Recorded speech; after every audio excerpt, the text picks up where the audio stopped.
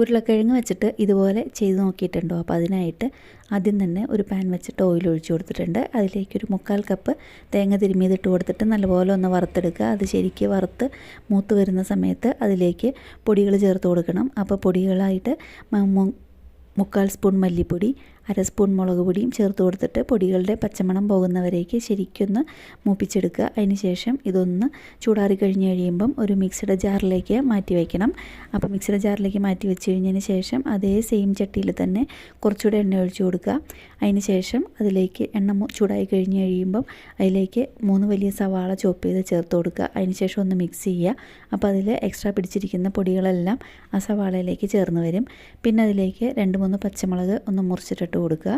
പിന്നെ അത് പച്ചമുളകും സവാളയും കൂടെയും ശരിക്കും ഒന്ന് വഴറ്റിയെടുത്തതിന് ശേഷം അതിലേക്ക് ഞാൻ നേരത്തെ കാണിച്ച 3 ഉരുളക്കിഴങ്ങ് ഒന്ന് ചെറുതായിട്ട് നീളത്തിൽ നൈസായിട്ട് മുറിച്ചെടുത്തതിന് ശേഷം അതും കൂടെയും ചേർത്ത് കൊടുത്തിട്ടുണ്ട്. അതിന് ശേഷം ഈ ഉരുളക്കിഴങ്ങ് കൂടെ ചേർത്ത് കൊടുത്തു കഴിഞ്ഞതിന് ശേഷം അതിലേക്ക് ആവശ്യത്തിനുള്ള ഉപ്പ് ചേർത്ത് കൊടുക്കണം. ഉപ്പുകൂടെ ചേർത്ത് കൊടുത്തിട്ട് ശരിക്കും ഒന്ന് മിക്സ് ചെയ്തിട്ട് കുറച്ച് സമയം ഇതൊന്ന് വഴന്ന് കിട്ടാനായിട്ട് ഇതൊന്ന് അടച്ച് വയ്ക്കണം. നല്ലപോലെ മിക്സ് ചെയ്ത് കഴിഞ്ഞതിന് ശേഷം ഒരു 2-3 മിനിറ്റ് ഇതൊന്ന് ചെറിയ ചൂടിലൊന്ന് അടച്ച് വയ്ക്കുക. അപ്പോഴേക്കും നമുക്ക് നേരത്തെ നമ്മൾ മിക്സിയിലേക്ക് അരച്ചെടുത്തിട്ട് വരണം. ആ അരപ്പൂടെ അതിലേക്ക് ചേർത്ത് കൊടുത്തിട്ടുണ്ട്. അതിന് ശേഷം അതിലേക്ക് ഒരു ചെറുനാരങ്ങയുടെ വലിപ്പത്തിലുള്ള പുളി പിഴിഞ്ഞത് അതുകൂടെ ചേർത്ത് കൊടുക്കുന്നുണ്ട്. അതിനുശേഷം കറിക്ക് വെള്ളം പാകത്തിനാക്കിയിട്ട് ശരിക്കൊന്ന് ഇളക്കി കൊടുത്തിട്ട് ഇതൊന്ന് ഉരുളക്കിഴങ്ങും സവാളയും ഇതെല്ലാം വേകാനായിട്ടൊന്ന് അടച്ച് വയ്ക്കണം. നല്ലപോലെ തിളച്ച് കഴിയുമ്പോഴേക്കും ആ കളറെല്ലാം മാറി വരും. ശരിക്കും വെന്തിട്ടുണ്ട്. ഇനി ചൂടായ എണ്ണയിൽ ഇതിലേക്കൊന്ന് കടുക് വറുത്തിടണം.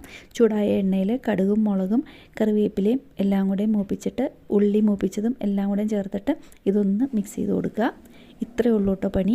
നല്ല ടേസ്റ്റി ആയിട്ടുള്ളൊരു റെസിപ്പിയാണ്. ചോറിൻ്റെ കൂടെയും ചപ്പാത്തിയുടെ കൂടെയും എല്ലാം കഴിക്കാനായിട്ട് പെട്ടെന്ന് ഉണ്ടാക്കിയെടുക്കാൻ പറ്റുന്നത് നല്ല ടേസ്റ്റിയും ആയിട്ടുള്ളൊരു കറിയാണ്. അപ്പോൾ ഇതുപോലെ ഒന്ന് ചെയ്ത് നോക്കാം കേട്ടോ. അപ്പോൾ ഇതുപോലെ ഈസി ആയിട്ടും ടേസ്റ്റി ആയിട്ടും നല്ല എളുപ്പത്തിൽ ഉണ്ടാക്കാൻ പറ്റുന്ന ടേസ്റ്റി ആയിട്ടുള്ള കറികൾക്ക് അല്ലെങ്കിൽ സ്നാക്സ് റെസിപ്പികൾക്കൊക്കെ ആയിട്ട് ചാനലൊന്ന് സബ്സ്ക്രൈബ് ചെയ്ത് സപ്പോർട്ട് ചെയ്യണം കേട്ടോ.